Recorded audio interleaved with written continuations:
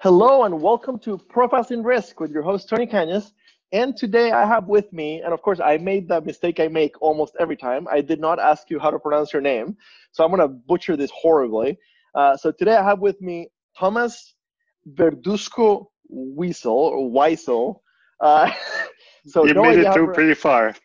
Okay. By the way, do you go by Tom or Thomas? I go by everything, but mostly Okay, Thomas Tom. actually, and Tom Perfect. is fine too, though. And Yeah, how do you pronounce the last names or the yeah. last name? Verduzco is correct, and then over here we pronounce it Weisel, Weisel. not Okay, perfect. Weisel, So but Weisel. Yeah, Verduzco-Weisel. Okay, perfect. And Tom is in Munich, in Germany, and we are recording at 4:05 p.m. Eastern time for me. So it's got to be like 10 p.m. for you, or a little bit you later. did your What time math is it? correctly. Yes. Yeah. What It's time 10, is it over there? just past 10 p.m. Yeah. Okay. So hopefully you had your coffee, and I'm assuming you're going straight to bed after we're done chatting. Yeah. Um, Let's see so, if so, I'm so, too so, wired. Okay, perfect. That's what I hope. That is such an engaging conversation that you're wired. So Tom, we've chatted once before, and that conversation was mostly about esports of all things, which is kind of fascinating, and I think even more important now that real sports, right? Which on my side of the pond means football, like American football, as in you grab it and with your right American football, which is called football, but it's mostly played with your hands and arms, uh, followed by baseball and then sometimes basketball and sometimes hockey. And we do have a soccer league, and your side of the pond means soccer. Well, what you And guys we call call it football, football. right? Which makes sense given that you actually play with your feet.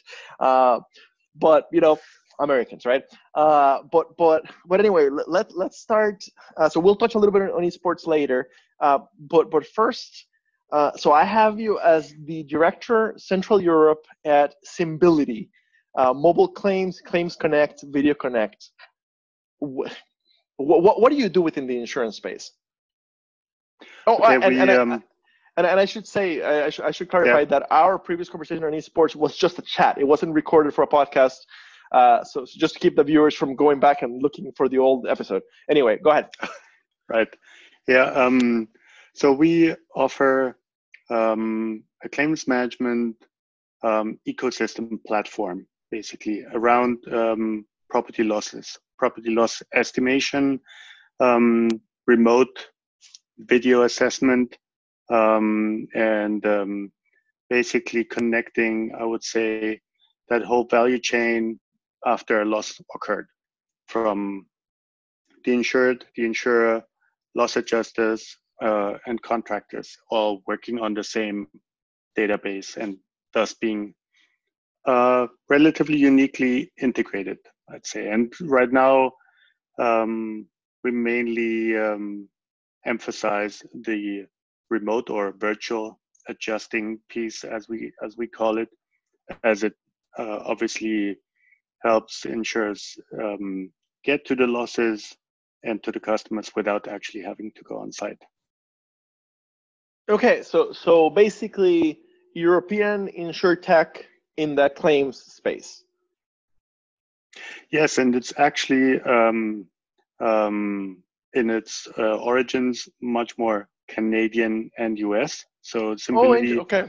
comes from Canada originally, has been over here though for a couple of years. And I'd say it's taking on slightly different shapes and emphasis, perhaps, in the different markets. In the US, it's mainly about the big, as we like to think, competition to Xactimate, with the emphasis on estimating tool for property damages. Mm-hmm. Over here in Germany, especially now, we're shaping it more towards what I described as integrated platform, and as you said, kind of insurtechy view at it. And in the UK, it is quite live in production in that way. But as we all know, all insurers are slightly different in their appetite and readiness and what they're really looking for. Some would only look for really comprehensive integrated solutions. Others really want to pinpoint small solutions. And that's what, I guess in a way, one benefit of the solution is as well that it's both highly modular, or if you dare to really integrate so deeply, it can be a full-blown platform. Okay, so it's not a brand new insurtech. You guys are a fairly established competitor to Xactimate, which here in the U.S. Seems to be. And I've never done property claims. I mean, I did for a little bit in my first job, but it wasn't my main job. Xactimate is kind of endemic here in the States, right? It is kind of the default property claims software that adjusters use. I keep hearing about it as a kind of love-hate relationship in the industry. Okay, makes sense. Mm-hmm. Because it's so widespread, maybe compared to something like Windows 20 years ago. Everybody had to have it, and yet you didn't want to be stuck in a monopoly situation. So I think that's where Windows has come a long way. Yes. Windows 10 is so much better and so much more competitive against the Mac OS than Windows, Millennium and 98 and the horrible things that you and I dealt with back 20 years ago. But of course, more remarkably, almost behind it, Microsoft, right? From the super closed monopoly protector to the most open platform in a way. Mm-hmm. Yeah. On the other hand, insurance software today looks very similar to what it did 20 years ago. Yes, and actually, I think right now is a point where I think almost everyone is getting to a point where they want to renew their core systems, because not only are the former developers and IT people in retirement, but they may actually be dying right now, right? So it's really impossible to renew that. And some jump to, I think, standard solutions. Others are on the verge, I think, of rebuilding, in a way, new legacy for the next 20 years. So again, custom-made, bespoke solutions. So I'm curious what the future will look like in that respect. I was with a very, very, very large U.S. insurance carrier, PNC carrier, or non-life carrier for the European audience, let's say about 6 years ago. And at that time, they were spending $1 billion with a B a year just in keeping the systems. And by systems, I mean like 30 different systems running and compliant. Not like making them better, right?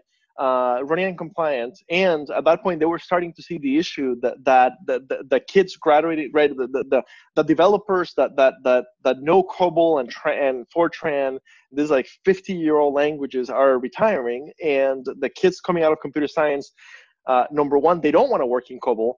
And number two, they didn't take COBOL in, right? Colleges no longer teach COBOL and Fortran. Right. So basically, you have to hire them and like pay them an engineer salary, and then put them in a classroom for 6 months to learn old languages that they had no intention to learn ever. It's so expensive, right? It's so expensive, and here in the U.S., pretty much every large carrier has invested in that. And this carrier that I was with, for them, transitioning to Guidewire, to the Guidewire, like the whole suite, was like a 10-year, $10 billion project. It's so expensive to make the transition. But it does seem that over here, everybody is making that investment. What does it look like in Europe? Are the carriers in modern systems, or are they still fighting through it? Does it look just like very similar to here in the States? What does it look like? I've never asked. I was actually going to ask you if you feel that transition has been completed in the US. Over here, it No. certainly has not been completed. And I think, actually, I'd say maybe the first third or quarter of the market may have really come far in this renewal or transition there into something new. And I think over the last year or 2 years, just like with any kind of interest or fear of insurtech had died off a bit, because Google or Facebook hadn't really jumped in to disrupt the market. I think some degree of complacency had set in terms of what pace is required in this transformation. And now the Corona crisis has certainly jolted some of these people back to life and into a state of fear and crisis mode, I think, and sounded the alarm bells that they really do have to start new systems, because the ones we just discussed couldn't be further from cloud solutions, right? And you have to be on site to keep them literally running. Based on your description, I think the US is in a similar place. We're, as an industry, we're definitely not done with the transformation. And my disclaimer, I don't work for Guidewire, like, right? I don't work on the IT side at all. I sell staffing services, and sometimes I provide people to help with that. Sometimes, most of the time, I'm providing people with more operational things, actuarial, underwriting, claims, kind of thing. But just my conversations with my clients, every client I talk to, or just about every client I talk to, talks about the current process of transformation, or some of the smaller. So the bigger ones are in the deep of it. They planned on 4 years, and now it's looking like 7, but they're deep into it. For the most part, to Guidewire. The medium-sized ones are either started in the last year or two, and some of them to or most of them to Guidewire, and maybe a third to Duck Creek. And the smaller ones are, at the very least, getting ready to get started. Like, they know they have to, and they're either in the like, it's one of those where like in private they'll tell me, yeah, we're pretty sure we're going to go with Duck Creek, but we haven't signed the contract yet, but it's not public information yet, or the other way around, we're pretty sure we're going to go with Guidewire. I have only ran into one carrier here in the States that no plan, literally, like, we are our own IT shop, we're not, right, we're not bringing anybody from the outside, we're going to keep building our own system. But they're a weird edge case. Everybody else, but very rarely do you hear, oh yeah, we're done, right? We're a ghost. Like, I don't know if I've ever heard that. I've heard some smaller or some medium-sized companies say, okay, we're done with Guidewire. We have billing, claims, policy. We're going to go cloud, because, right, the original Guidewire installations are not cloud. So I would say they're in a stable place, but they're not done, and they know they're not done. So yeah, the transformation is definitely not complete here. There is a lot of work left to be done here on that side. So thank you for that info on the European market. By the way, I've got to ask you. I always talk a little bit about careers. Looking at your LinkedIn, like, you don't come from insurance, right? So I tell me a do. little bit. Well, let's say reinsurance. I know it's not insurance, but but no, but it's kind of oh, okay. gotten out of hand, perhaps, right? I mean, okay, no. If you look if you scroll down far enough, I found it. I have to click on more and more, like 4 times. Okay, so you do come from for 5 years at Munich Re, so a fantastic reinsurance carrier. Okay, and no, more than 5 years. Oh wow. Yes, going on 20 years or so. But wow. So you had a long career at Munich Re, and you've had an interesting career after Munich Re.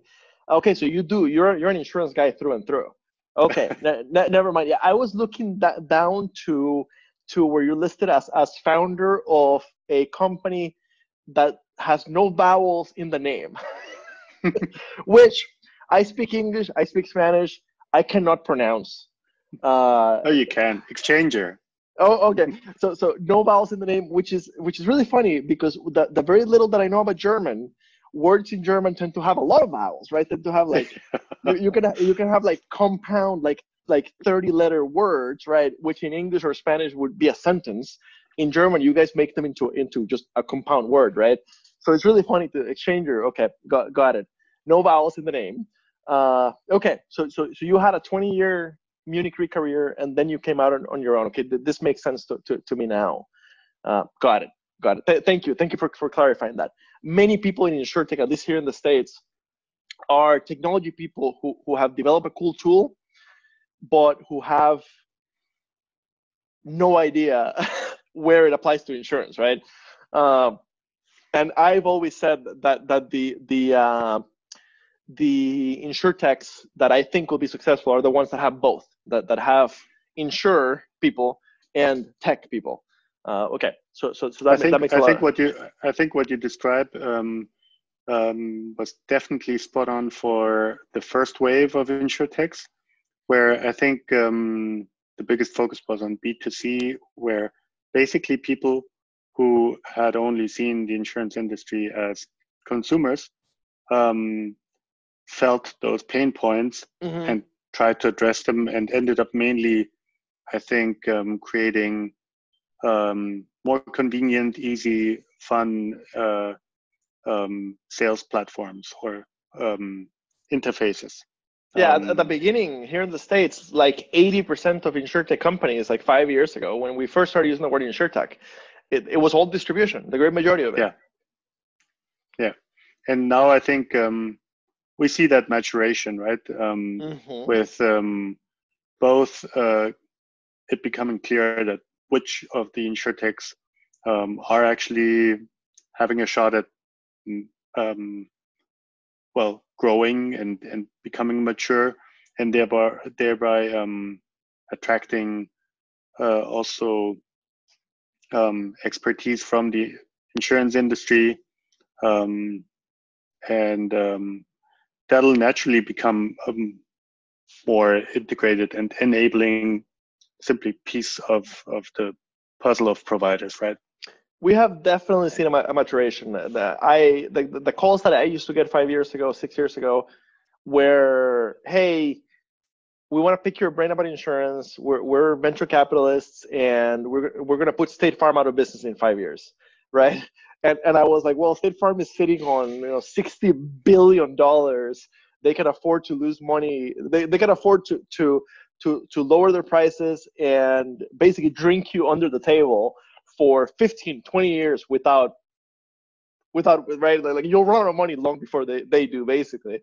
And now it's very different. Now we want to partner, right? We want to we want to partner with you, and there's a definite maturation there.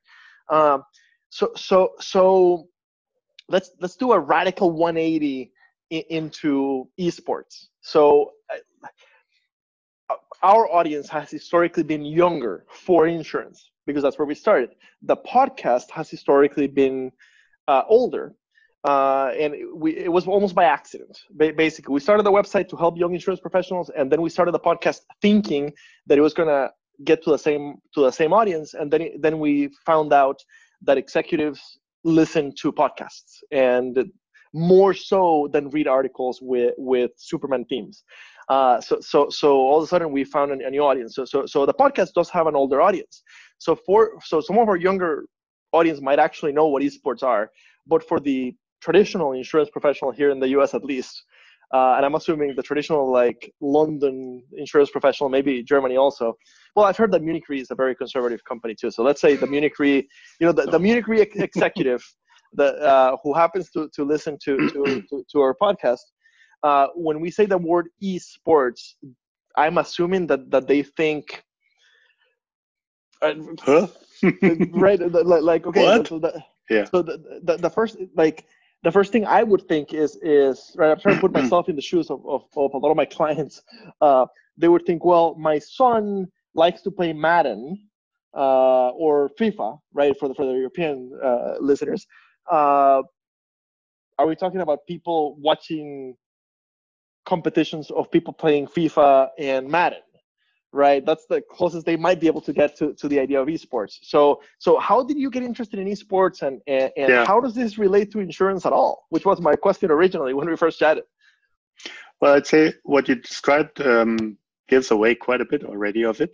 Um, um, I thought maybe I start from that beginning kind of. So I looked at the various buzzwords of insurance a few years back, and one of them was big data and data analytics. And first visions appeared of insurers um, stepping into an El Dorado of data, falling into their laps, and enjoying this new wealth of data, and uh, just swimming in this data and doing all kinds of crazy things with it. Dynamic pricing, potentially loss prevention, dare I say, or so. And the conversation, I'd say, jumped into this um, era in the future when not only there'd be a lot of data, but it would all be available to insurers. And to me, when I looked at this, it to me became clear that it wasn't all that certain at all that insurers would really get all this data, because um, everyone around us is competing for this data, whether Okay, what we so generate with our machines, with our cars, the data okay, goes to the car so manufacturer or so the machine manufacturer. And so insurers have to mm-hmm. um, become much more active in this competition, to actually get the data from the insured risks, be it individuals or businesses. And in other words, it meant they have to, on a scale of engagement where they are right now with their 1 to 2 touch point business model, far in the negative. You sell, you duck, and then hopefully the customer never comes back. They have to go much more in the other direction, where they are intriguing, fun, entertaining, engaging in any way to their customers, so that they become interested and willing to share their data with insurers. And so I had a conversation of this with my partner, who came from marketing and esports. And as we talked about this back and forth a few times, we realized, so insurance is here, esports is over there at the other end of this, potentially addictive, right, to some people. And of course, esports, to me, I just refer to it as esports. And I don't mean only the professionals at the very tip of the pyramid, but gaming and the followers into this as well. So it's really an industry that is around gaming, but is social media at the same time, and a lot about engagement and being pulling instead of pushing. Um, and so the idea was insurers must become more like that. And by just bringing them a little closer to esports, they would learn so much about daily interaction, the various factors at play that keep people absorbed into a game, and they could only benefit from it. And the esports industry, of course, is a rapidly growing industry, which mainly speaks to younger people, right? But not only at all. It's really across almost all generations, especially if you include the gaming base of it as well. And so it's ideal for insurers or the insurance industry that is discovering digitalization and digital channels and finds a community that is super open to digital interaction in any way. So one thing that I think is crucial is that so here in the US, the average insurance executive is 50s, maybe 60s, right? Greenberg is what, like 85, right? He's still running a Star Insurance after running AIG for many years. Like the average insurance executive is older. It's an older baby boomer, and most people in that generation think, when you say the word gamer, they think of a 15-year-old playing PlayStation or Xbox with no disposable income of their own, right? With some access to their parents' disposable income, but or they think people wasting their lives, right? They think of this as a waste of time because they didn't grow up with it. The reality of the matter is that the average gamer today here in the US, I don't know about Europe, the average gamer today is me, right? 37 years old with significant disposable income. I grew up playing Atari, Nintendo, Super Nintendo, Nintendo 64, and to my mom's surprise, never quit playing. And I am a gamer today, a proud gamer today, right? And in my case, I happen to not have kids. Many of my friends do have kids, and but their kids are gamers too, right? Especially the males. Some of the girls too, but especially the guys. So basically, I am a valuable insurance consumer, right? I'm getting to my prime earning years. I'm statistically have a car or two, maybe a house, right? I'm a prime insurance consumer, and I think that the industry is completely unaware of that demographic, and they market to me the same way that they marketed to my grandfather when he was my age, right? Basically. Yeah. I think you're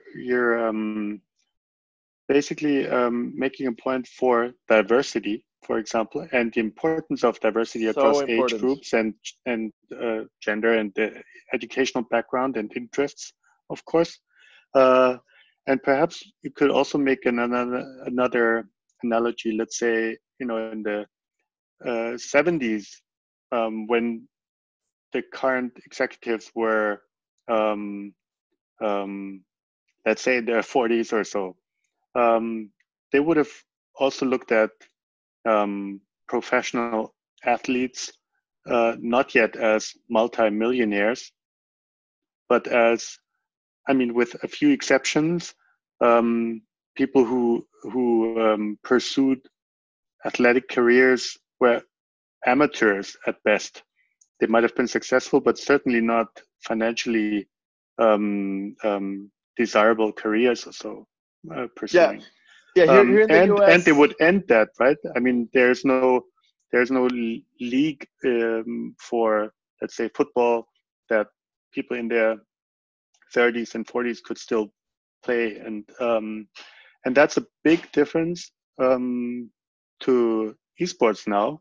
So esports, I would say, is sort of professional athletes are in their early 20s, because just like in analog sports, reaction times, reflexes get slower, but their followers and even those former pros can still, of course, stay active in the gaming scene, and people like you and across many generations enjoy the great and ever bigger variety of games compared to, when you look at sports. There are a number of sports you could do, but you have to be fit mostly. Games of all kinds you can pursue. Okay. And it's certainly a big money industry by now, right? So we're recording this on April 29th, 2020, right? 2020, probably if somebody's listening to this 2 years down the road or 5 years down the road or whatever, they're probably thinking to the moment you say 2020, like everybody's going to think coronavirus, right? Like that is clearly the defining part of this year, right? So right now there's no sports anywhere in the world, right? Like soccer's not being played in Europe. Football's not being played in the States. Or right now, I think we'd be finishing basketball season and going into baseball season. I'm not a big sports fan, but basically they're all shut down right now, right? And 3 weeks ago, I would have guessed that the big European soccer leagues of the fall would start in the fall. Right now, I'm not sure, right? So we might have like a whole 2020 might be the sportsless year, and it might go, sometime into 2021 until we have a vaccine.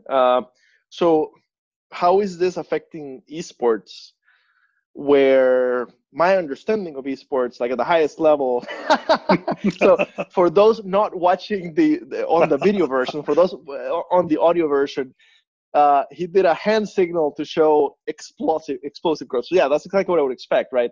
So my understanding of esports 3 months ago, before the coronavirus, is that at the highest levels they would get together in a physical setting with fans present, right? They can't do that now, but I'm assuming they were able to flip a switch and go on completely online, since after all they play electronic games. So are they picking up a lot of fans that would be watching sports otherwise, like normal, traditional, live, in-person, sweaty sports? I think with younger generations, anyone, I'd say below 30, they've already grown up with a much greater presence of gaming and esports in their lives. Mm-hmm. Absolutely. What's been going on over the last few months has been that games, so not necessarily esports, but game titles, have been downloaded ever more than ever before, to an extent that in the beginning of the corona lockdown here, there have been some reports about how the internet is being used so much more, and whether the bandwidth would be enough, and that there had been a new record usage been recorded in Germany, but it had not been due to everyone Zooming suddenly. That has contributed, of course. Okay. But it was a new game that had come out, and everyone downloading it. So the big games distributor here in the US, I don't know about Germany, here is Steam, steampowered.com. Steam reported records. And I check Steam every day for sales. So I'm a big Steam user, even though I don't play multiplayer. But Steam has reported record number of people online at the same time, record number of sales. Because it is a fantastic fantastic hobby, a super engaging hobby. And if you're home, you have time to do it, right? I myself have found that's what I do with my free time outside of work is game. And I've always been a gamer, but December of last year, I was a gamer with money and little time, now I'm a gamer with money and lots of time at home because I can't travel, right? I'm starting to look like the Geico caveman, but I right, I have much more time time that I need to entertain myself somehow, right? I'm tired after work. It's hard for me to sit down and write my next book after work, but it's easy to sit down and play a game. So it's yeah. Yeah, Tony, maybe regarding the one question you asked as well about the actual physical presence for these esports events then, and how they're doing now. I'd say so over the last few years, of course, these events have taken off more and more, but they are, again, by themselves, the tip of the iceberg of esports. Yes, every now and then the pro athletes come together for tournaments and meetings, and yes, there are then maybe 10, 20 over a longer weekend or a week, 40,000 people attending these events physically. But again, it's only the tip of the iceberg, because all these events are, of course, all the time online. And so the community is there and can follow all of those games, all of the preparation, all of the competitions in the majority without a physical presence, right? And so for those analog aspects of the industry not to happen and not to take place, doesn't really have a big impact on the solid digital base of the whole industry.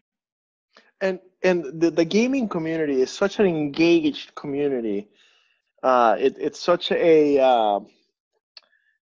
I don't even know how to describe it. Like if you think about it, if you're a football fan, and I mean, since I'm talking to you, I mean soccer, like real football that you play with your feet, European, right, outside of America football. If you're a football fan, you go and you watch, right, the German national team, or you watch your local team, and then you're over 30, so you go home after, and like if you join a regional league or whatever, like a local league, it's the game is very different from what the pros are doing. On the other hand, for us gamers, like the pros are a lot faster at it, but the game's the same game. So I don't know. There's something about it that is so much more engaging. Like I'm struggling to explain it. I'm trying to put it in terms that my boss, who is not old but who is a sports fan who's not a gamer, I'm trying to put it in terms that he would understand. And I don't know if I'm succeeding at it, but basically what I can tell you, like, take my word for it, since I'm not right, since I'm not explaining it correctly, but it is an incredibly engaging lifestyle, like hobby down to lifestyle. And I'm not even a multiplayer gamer. Like the people who are multiplayer gamers, that can go from engaging to devastating, like devastating addiction, right? And that's a great client to be able to get in front of. So if I'm like Nationwide Insurance, a former employer of mine, Nationwide, up until last year, was investing millions of dollars a year into NASCAR, which for Europeans, it's kind of like Formula One, except you only turn left. Why this is fun, I have no idea. But some segment of the American population likes it anyway. So if you're Nationwide Insurance and you invested, and yes, it is as silly as it sounds. There's more crashes though. They invested in sponsoring NASCAR, invested in sponsoring golf, like the professional golf tour, right? Well, there's none of that this year, right? So now you've got to put this money somewhere, right? Assuming you could get it back from those contracts. How do you, long-winded question of saying, so if I'm a marketing leader at an insurance company, and I've got a few $1 million here that I need to invest somewhere right now because traditional sports are currently not on TV. How do I get involved in this? How do I sponsor this? Or is it a question of sponsoring it? How to? I think that's the easy entry, because insurers, as you described, are already used to sponsoring non-insurance related events, right? Or you could argue insurance is and risks are everywhere in our lives, so a lot makes sense to be sponsored, right? But I guarantee, just because Nationwide sponsors NASCAR, they don't insure it. Guarantee it. Anyway. But so that step is relatively small for an insurer, I think, to take, to simply look at, yes, there is a relevant target group that we otherwise cannot really reach because they are not on the regular conventional web or so. So we could call that it just came to me. We could call that the Red Bull strategy. Put your logo on a bunch of things related to this type of sport. Okay. Yeah, and that's of course happening to a greater and greater extent. Only the insurance industry is last in that game. But then the next level would be, and that is really the biggest, I think, leap in a way for the insurance industry, to look at those pro gamers and become very clear for themselves about what exactly their target group should look like, and then they can pick and choose from pro teams, individual, well, the whole team or individual players, with their respective followership, because every pro gamer is much more so than any analog athlete, an influencer in their own much more so than an analog athlete. That is here in the States, they would say that's fighting words. That's I don't know if that translates into European English. So this is really funny. This is a native Spanish speaker telling you in my adopted American English, and you're a native German speaker who I'm guessing speaks more British English than American English. So I don't know if that translated at all. But what I was saying is that's kind of big, because at least here in the States, professional athletes are huge influencers, like huge influencers.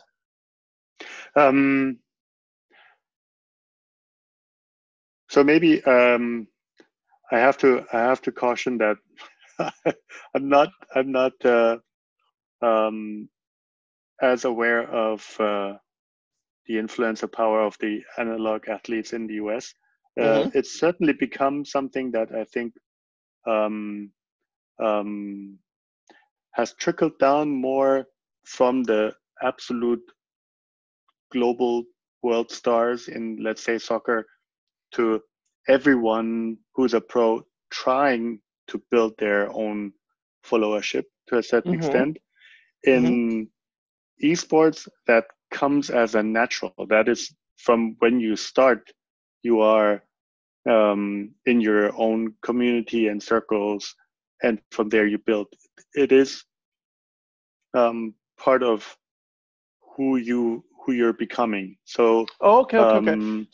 So I think I'm getting what you're saying. Okay, so I think what you're saying, and don't let me put words in your mouth, but a traditional athlete, right? They play the game, and then on the way out of the stadium, they shake some hands, sign some autographs, and they move on. Right, nowadays they're on Twitter, but it is a secondary part of the traditional job of a professional athlete. and then they sign, with Gatorade and Nike and whatever, and they sell a lot of product that way, especially the ones the very top of the game. While an esports athlete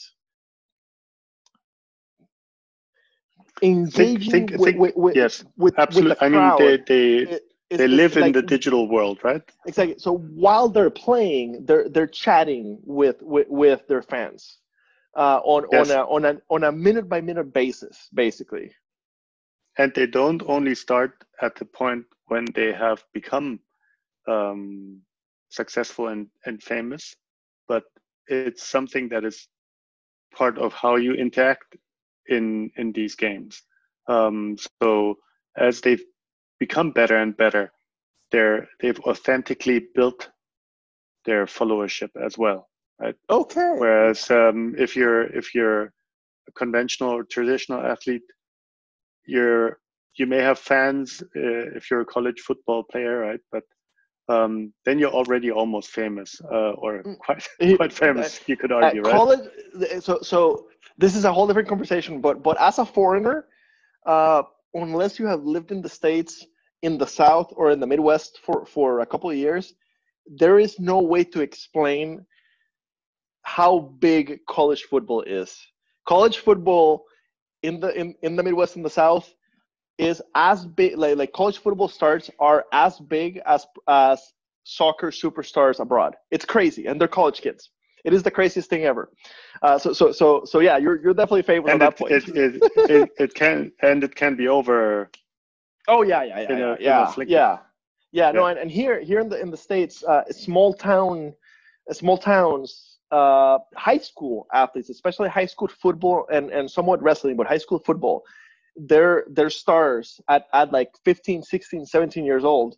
They're stars in their local town. So I think the best way to describe it is the best analog to what you're saying. I think is esports athletes today grow up with and build their brand with such deep connections with their fans, the same way that local small town high school football stars do, right? The difference is they're doing it on a global scale. Exactly. Right? And that relationship doesn't end when they move on to the higher level of esports. So I grew up in the 90s in Costa Rica. So my fandom, let's put it that way, was divided between Michael Jordan and the Bulls, which I never got to see live, and my local soccer team, Saprissa, and at the higher levels, the Brazil national team. The Costa Rica national team once in a while when they made the World Cup for the first time in 1990, but the rest of the time the Brazilian national team is right. So my relationship with those athletes was such that I bought a lot of Gatorade and a lot of Nike Air Jordans, right? But it was very much of a celebrity type relationship, right? The relationship with the kids today have with the gamers and the YouTubers that they follow, and the Twitch stars. And yes, that is a service for older insurance professionals, not a Twitch. It's an actual service where people literally game and let other people watch them game. Their relationship, it's not a celebrity relationship, it's a friends relationship, right? Absolutely. And if you think back for a minute to the beginnings of your gaming, I'd say it's always been a communal affair as well. Mm-hmm. Sure, one may have been playing and the other three watch and sit and wait for their turn. And now the same thing is happening, only on a much bigger scale. So that's, I think, the social and the engaging aspect of it. From there, I think so much can be learned in terms of game mechanisms of reward and sticking to something and paying attention to the key messages, that insurers who should all have their own behavioral scientists, but they don't. But they don't, exactly. Can learn so much in terms of risk, creating risk awareness, creating a readiness to change behavior, adapt behavior. And when you think about telematics policies that largely struggle a lot when they are only working on the basis of punishment and reward regarding the premium, it's just one aspect that can have an influence on the people. But I'm sure so much can be learned about what actually drives the people, even in terms of just how a message is conveyed, that again, for the benefit of everyone, right? If you really change and improve your driving risk, it's not only good for the insurer, it's good for yourself and your environment as well. So a lot could be gained there. Okay, and you're basically talking in some way about gamification, which I'm a taking big fan this of. basically to another more professionalized level, right? Mm-hmm. Not just a ranking here and there or so, but by moving closer to the big pros of gaming, to learn and extract some of the key elements and combine it into also aspects like simulators.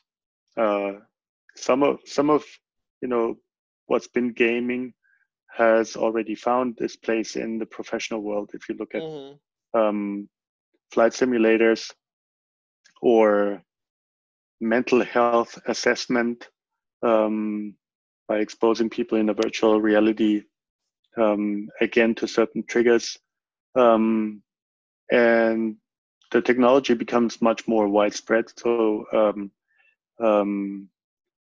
risky driving scenarios could be relived in your home gaming setup. You don't have to go to driving school again to improve your risk score. Perhaps you could be rewarded with a mere digital pimped experience there, right? I mean, people spend so much money on skins in games. An insurer could easily sponsor skins, digital features. But this requires an explanation for anybody older than 35, and maybe anybody older than 30. So a skin is basically a aesthetic accessory that does not change actual gameplay. It does not give you power in the game. It just makes you look cool, and people spend real life money in games. Lots of real life money. Yeah. And you're right. You're right. I've personally never paid for a skin, but yeah, they sell. And if State Farm wanted to sponsor mine, right, I'd be happy to wear it. Absolutely, right. Yeah. There's a lot here, and this is going to be a really hard nut for insurers to crack, because this is way out of their comfort zones for every insurance company I've ever talked to.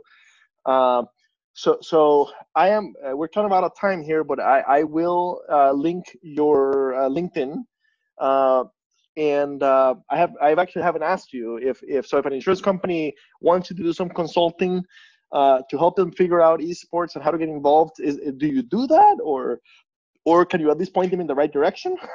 Yes, the latter in any case, but indeed, my partner, who I started out this conversation with,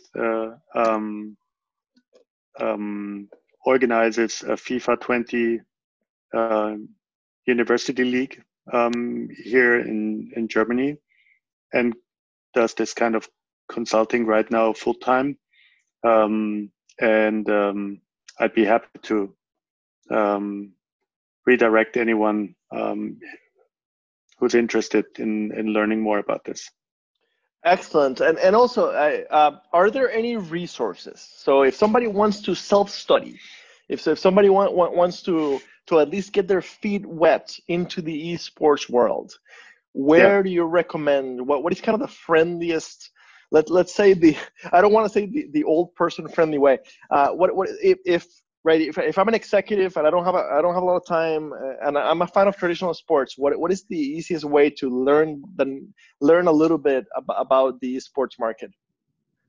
I think the very easiest, honestly, and most impressive is to really get a Twitch account and sniff around there a little bit, and it's intuitive enough to get an impression there. Then of course there's YouTube with all kinds of recordings of actual games, but maybe the most telling piece about this is there are now TV channels that are broadcasting some of the esports events, which means old world entertainment basically is trying to carry over some of the excitement of esports. Had that started before coronavirus, or is that like ESPN trying to fill the schedule right now with no sweaty sports, with no live sports? Over here, it had started before that. Not very long, maybe 2 years. Okay. And has accelerated, I'd say, over the last year or so. And mainly shows how the one-directional media, TV, has understood the appeal of two-directional entertainment, and is trying to adapt its own formats, which I think by older generations would be understood then. And the main point about this is to accept and understand it exists, it's big, it's growing more, and it's part of the world of many people. Okay, and your future, one thing I can tell you, your future clients, this is definitely the world of your future clients. So I love the advice of go get a Twitch account and nose around a little. Dear insurance executives stuck at home during coronavirus, on Saturday, once you're done with the honey-do list, go to twitch.com, sign up, it's free, and then just nose around a little. And number one, have your mind blown by how many people are literally there watching others play games of all sorts, sometimes old games, sometimes new games, sometimes it's crazy. Number two, watch how the community engages with the person playing, and how the person playing is reading their comments while playing and replying to them, right? And number three, then your natural reaction is going to be, oh, those are a bunch of 10-year-olds who are not clients, who are not potential clients. Realize that, number one, those are your future clients. And number two, the average gamer today looks a lot more like me, 37-year-old, disposable income, because we grew up playing and just never gave it up. Go back to the office and dare to ask, are you gaming at home? And you'll be surprised at 80% saying yes. Exactly. So after doing that on Monday, ask your internal communications team to send out an employee survey, anonymous employee survey asking, do you game? What do you game? And be blown away at yes, and then add Tom on LinkedIn, reach out and start looking at this. This has been a really interesting episode. Thank you very much. It's 5:06 p.m. here on my side, so it's bedtime for you, or very close to bedtime. So thank you so much. Thank you so much for bringing me this idea. Even I'm a gamer, and I would have never thought of this particular episode.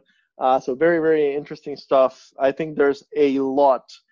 Like I have this image. I want to leave the audience with this image. So Thomas is a 20-year Munich Re veteran. I have this image of you walking into the very regal, because I'm a former Munich Re guy also, although I worked for American Modern, which is one of the U.S. subsidiaries. I didn't even get to see the Munich Re America headquarters until now, until my current job. But I've seen the picture of like basically a castle, this very classic building from the 1800s where the the headquarters of Munich Re is this very beautiful. So I'm imagining you walking in and I understand it's very formal, right? It's like tie and right every day. So I'm imagining you walking into to Munich Re and calling a meeting and being like I think we should invest in marketing to esports, and then the I don't know if you've seen it, this meme of a manager asking for ideas, and then basically you saying let's do esports, and then they throw you out the window, right? Like, you know what I'm talking about. I'll try to find a copy of it and put it on so the audience knows what I'm talking about.